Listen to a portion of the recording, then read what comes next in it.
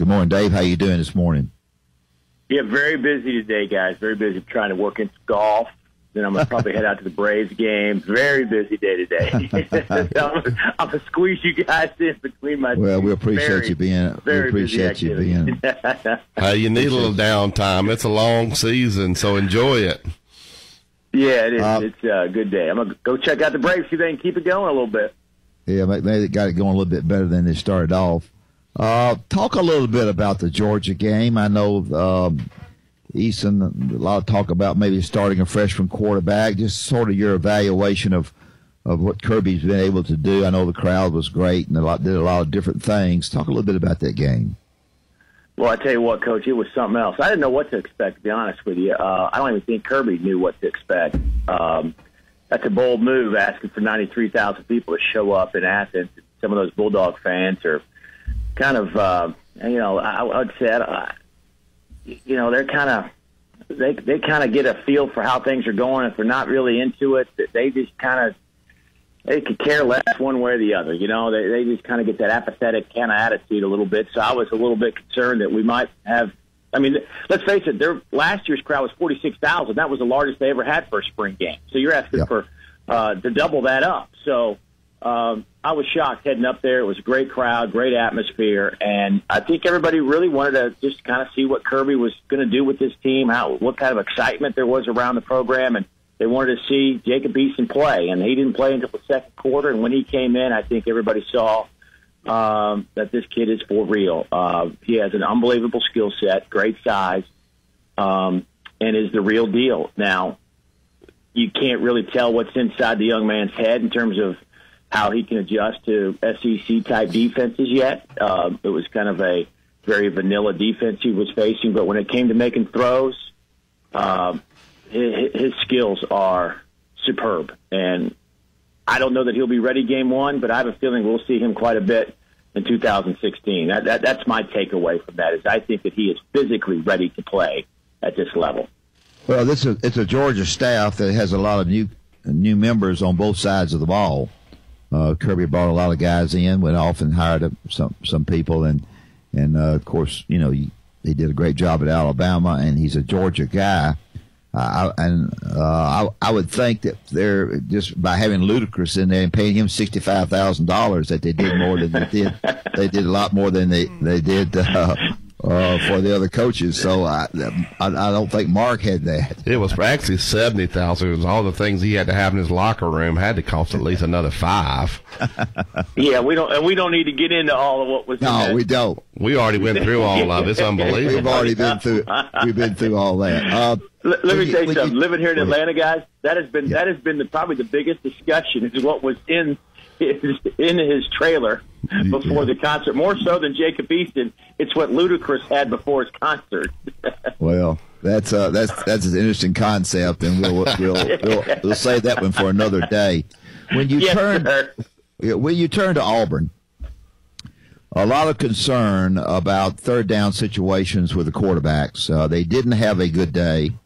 No. They have struggled with a new guy who is supposedly a very good runner, but doesn't throw it maybe as accurate as he needs to. It looks like, and that you know a lot better than I. You were there. What is the situation with Auburn quarterback wise? Well, I'll tell you, it's really hard to judge John Franklin III because they took half of his game away, and that is his ability to run in that spring football game. But still, the other half is you got to be able to make some throws, and they put him in some throwing situations. And to be just frank about it, there wasn't anything there that made you say, "Man, if this guy needs third down and 11, and you put it in the air, he's the guy I want throwing the football for me." I thought Sean White looked good throwing the football. I think Jeremy Johnson is the same guy that we saw a year ago, and that's not a good thing. Yeah. And I know Jeremy is just a tremendous guy. You be around him. He's got just an infectious personality, but something just not clicking with him on the football field. And I just am concerned about that position for them. It's and the way their offense is running and what they want to do. They want to speed up the tempo, and if anybody saw that game, they really, really went fast. And, if you're going to go fast, you got to make some first downs. And if you don't make some first downs, you're going to be in a world of hurt. And they were 1 for 22, 1 for 23, what I forget what the exact number was on third down situations. That is not a recipe for success. No. John Franklin III will have a much better look coming in the fall, but I just think that those coaches, when they walked away from that, certainly left with some big question marks at who's going to trigger that offense. And I do think running back position, I think they have with Robinson and Johnson. I think they do have some good players. Malik Miller, the youngster that enrolled early, is a talented player. I think they got young receivers coming in that are certainly going to be capable, athletic players that can be able to make some plays on the edge. And I think they're going to have to rely on a defense that looked very good in that spring game. I mean, their defense is going to make a 180 turn from a year ago. I really liked what I saw out of that defensive group a couple of weeks ago. Well, I think you're dead on it. It's a game of first downs in their offense, and if the first downs are, the first downs lead to another, into another, into another, and that's a little bit of a struggle there. I think they are better defensively, so it's sort of a wait and see situation, I think, for them. Dave, hey, it's Barry. I want to ask you. We are talking about the ludicrous thing, which is ludicrous what all was done there. But that leads me to my question. What Nick Saban's doing here at Alabama, they are spending a lot of money. I remember when he got the job, the first time they had official visit, they had 15 kids in. I think they had 15 SUVs to take them around campus. So money's never been an object. Obviously, the investment is paying back with 60% of the students out of state. The stadium's filled every game. I think he's causing some of these other SEC schools problems, though, because they're trying to pay money they probably don't have. Not that Georgia doesn't have $65,000 to get ludicrous, but I think Kirby did that. Hey, I got to appeal to these teenage kids. I got to do something to get an edge. So they pay the guy $65,000 for a 13-minute concert. They're paying coaches at Mississippi State and Ole Miss astronomical figures, and they're not even getting to championship games. Is that a problem? People trying to keep up with Alabama? Or should these schools just look at and say, Alabama is what it is, but we're not going to get in a spending game with these guys because we can't? Well, I will say this. I think this league, there are some teams that can keep up with Alabama. I think there are some teams that certainly cannot, and they need to be very careful. I look around and I see some of these facilities that are getting built, from football stadiums to basketball arenas. I think even to some baseball facilities that are getting put together. I know Georgia has been very thrifty in what they have done with some of their facilities. It took them forever. They're the last school to put together an indoor practice facility, and it took Mark Richt has been begging for one the entire time he was there, and he finally gets it built. At least construction started, and they end up firing him. And Kirby's the one that gets to reap the benefits of that. But they're dropping some money in there, and I think you're going to see more and more things like that done, because Kirby knows what it takes, what these recruits want to see when they come to campus. What are the little things that make a difference in a young man? Because, listen, the guys Kirby wants are the same guys Alabama wants. And what is it's going to make those guys make that change in their mind? And you know what? There's such a fine line. Yeah. It is going to be something small. I mean, when you walk in the door to the indoor practice facility, what is that one little thing that's going to get their attention that just sticks with them? I mean, that's how small these things are that make these decisions for these young men. So I really do believe that there are some things out there that these schools don't want to overlook. I just think some of these, the back end of this conference from a financial standpoint, some of these schools got to be real careful, because this money is there now. Who's to say that down the road it won't be there? And these guys are borrowing a ton of money. And I know the league's making a bunch, but I don't know if you can keep up with what we're spending right now. Yeah, I think some of them are trying. You got to be who you are. I mean, Coach Saban, he's got about 3 staffs, so I don't know how they even have enough offices for all these people over there. But I think everybody else now, they're trying to do it too. You look up and they're hiring this guy and that guy and this guy. I think Nick is great for the league, but I think in some ways that's a problem. I think where one of the things that I think that some schools need to really kind of pay attention to what they're doing is, and I do think athletic directors are paying attention to this. Don't get me wrong, but I think that they need to be real careful, and this certainly are your big alumni that help out in this situation. But what gets me is I see some of these schools, and it's not just SEC, they'll fire a coach with 3 years left on a contract. And this LSU just went through this a minute ago and ended up rehiring basically Les Miles. But you're about to fire a guy and you owe him $15 million, and you bring in another guy. Now you're locked into him, and you're going to owe him $20 million. And what if he's not successful? Now you're going to owe him money if you fire him. And now you're paying for guys that aren't even there doing anything for you. And now you're, $20, $30 million in the hole for people that aren't even on your campus anymore. And you see that more and more and more, paying people that aren't even there. Those are little things to me that just drive me crazy. And I know that there are alumni that help offset that stuff and help pay that down, but it's still something that blows my mind away that we pay these coaches these big chunks of money. I mean, look at what Georgia Tech just brought in Josh Pastner from Memphis, who, leaving Memphis in a lurch. They're paying. I mean, there's like so much money going back and forth between those two hires, and you're just like thinking about all this money that could be going somewhere else. Is my point. Those kind of things. Those are the things that drive me crazy. Watching that stuff get done. I think Paul Hewitt's still under Georgia Tech's payroll. Yeah, he if is. I'm not mistaken. He is. It's amazing. He hasn't been there in 8 years. Yeah, we're talking with Dave Neal, play-by-play with the ESPN SEC Network. Dave, I think the basketball in the SEC, it's just not very good. I think the coaches, and I was one in the SEC, I know Dad was, but they're trying to spin that everything's maybe okay. It's not. The attendance is down. The home court advantage is not that. If you throw out Kentucky, what's the answer to getting, other than recruiting? We all obviously know that. Is there an answer to get this basketball thing fixed to where they're getting 6 teams back in the tournament? I'll tell you, Barry, I have thought, I've been calling games now 20 years in this league, and you look at the top 100 kids, and the league brings in 15 of the top 100 every year. I mean, so we are getting some quality players to come in this league. I know Ole Miss just brought in Cullen Neal from New Mexico State, who's an outstanding player that people around here won't know, but he'll have 2 years of eligibility left. Another outstanding player that will bring some credibility to the league and will be a top-notch player, and there'll be some other of those guys sprinkled in as well. I think they went out and got some great coaches last year. I think it's going to take them a while. Maybe, hopefully, we'll see that product at the next year on the court. But in January, I felt like the Southeastern Conference was ready to make the move. And I'm left scratching my head about what happened in February. For some reason, this league took a nosedive and spiraled out of control south. And I don't know. I really can't put my finger on it. It is mind-boggling. I really felt like the SEC, Commissioner Slive, certainly tried to push basketball as a priority with the coaches. I thought this Big 12 SEC challenge that we went through last year showed how close the league was. The Big 12 was getting so much credibility around the country as a top-notch league, and they should have. And I thought we played well in that challenge. We were a couple of plays from possibly winning the challenge, which would have been a tremendous statement. But at the end of the day, you got to get teams in the tournament. That's how you're judged, and we didn't do that as a league. It's players. I think the coaches are there.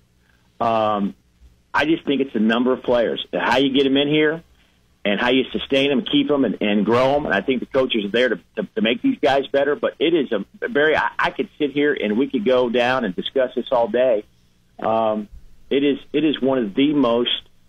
And if you just go back, and you go back 10 years and think about where this league was, and you think about when you guys were coaching this league and how great it was, the characters in the league and the athletes that were in this league. We were talking about this over and over. Joe Dean Jr. and I, we talk about this all the time. And I don't know if the style of play has changed and the kids just don't want to play the style or they don't fit the style or whatever it is, but something's happened and it's just not where it should be. There is no reason that the Southeastern Conference can't be one of your top 3 leagues in basketball, in my opinion, in this country. And it is one of the great questions in life right now when it comes to athletics, and especially in college athletics. It's mind-boggling, and I wish I had an answer, but I don't. But listen, I do 45 games a year. I wish it was better. Oh, I know you do, and you do a great job. Mike Tranghese has been hired. I don't know exactly what he can do. Hopefully he'll get the officials where they don't call 8 games a week. But anyway, let me guess. Does that chap you a little bit? Does that get you a little bit? If your basketball team tried to play 8 games in a row, they'd be dead. And sometimes that's where the officials are not on top of things. But anyway, I think the thing that needs to be done, and I don't expect you to say this because it needs to be marketed a little bit. And I think the commissioner is interested in basketball. I really do. I attended the tip-off club here a lot with Joe and spoke this year, and I think he's interested. But I think we've got to market it a little bit better. I understand the recruiting part. We had you weren't even around then. We had great players in the 80s and early 90s. We had some terrific players, and that certainly led us to wasn't coaching. It was players that we had. But I just think that along with that, we've just got to. Yes, we've got to improve the schedule, but we've also got to market it a little bit better. It is a football league. I understand that, but it's got to be a situation where as we get on the websites, as we do different things to involve ourselves with SEC basketball, that we see SEC basketball out there a little bit more. I agree, Coach, about with the schedule, but here's what I look at what Alabama did. They went out and scheduled some tough games with an inferior roster. I mean, what Avery Johnson did with that basketball team to me was just short of incredible. Okay, yeah. I mean, from an athletic standpoint, from a player personnel, they were not as good as most of the teams they faced. Okay, but they still found a way to win, and they played a good schedule early on. But at the end of the day, they didn't get them to the tournament, and so do you produce more wins somewhere else, or do you continue to play that schedule and still not get? You know what I'm saying? I get what you're saying about the schedule, but you got to find that balance somewhere. Yeah, you do. You can't. And if you're going to play that kind of schedule, you got to win some games. That's right. Important. And he won a couple of good ones. Yeah, but he didn't win enough good ones. You know what I'm saying? He won a couple of really good ones early on. Yeah. Notre Dame, yeah, right. Well, Dave, one of the things one of our listeners sent an email, we've talked about this. I don't like doing away with the divisions. I think, anytime you can have a champion, it's good. So you have a champion for the West and the East, so you have a race going on there. You're going to always play those two teams, or those teams twice, which helps crowds. Something may happen between Alabama and Mississippi State at Mississippi State. You can't wait to get them back there. I think they need to go back to the divisions. I think they panicked there, and that way you got 2 champions there. I understand there was a gap between the East and the West there for a while, but that stuff all evens out. I just want to get your take on that.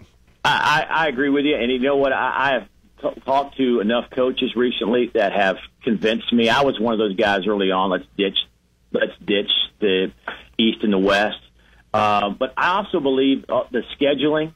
I think it kind of you kind of know who you're playing. You're the East Division, and you know your teams you're going to play twice a year, and you know what your crossover is going to be. And it worked well from a scheduling standpoint. And I think a lot of coaches like the fact that you know what you're getting from a schedule standpoint. And I'm with you. Let's go back and let's have an East champ and a West champ. And the coaches of not all of them, but many of them, agree with that, and I think I wouldn't be surprised in the near future if we don't see some sort of move to get back to that East-West. And I know it really kind of started from the tournament seed. When you got to the tournament, the West, I forget what it was a few years ago, but it kind of got all screwed up. The West was so dominant, or the East, I forget what it was, and it screwed up the seedings of the tournament. Were all it wasn't a fair matchup the way they seeded them, and maybe there's a way you can reseed at the tournament to make it a more favorable event for a division that is a dominant division throughout the regular season. So maybe we go back that way, and it makes scheduling a lot easier. And I'm with you. I think a home and home within your division certainly makes it a lot more enjoyable for those fans, especially closer events, closer schools. And let's see if it happens. I'm all for it. Well, I think you're right. We had 5 teams that you played twice this year. From my understanding, they're dropping that to 3 that you're going to play twice, and it's as you know, that many people back when, of course, when I was doing it, doesn't make any difference. We had a 10-team league, right? And you had an 18-game schedule that made it pretty easy. But when you increase that the way we have, and the way HCC has 15, so forth. The scheduling is so important. I was a schedule nut when I was doing it. I was so careful to try to do the right thing or win some games as well. So it's a huge part of being a successful league. Dave, we sure do appreciate you being on. You were great, and we always enjoy watching you, football and basketball wise, and hopefully we can get you on again for too much longer. Absolutely. Love talking sports with you boys. Could talk to you all day. All right, hit them straight, Dave. Great.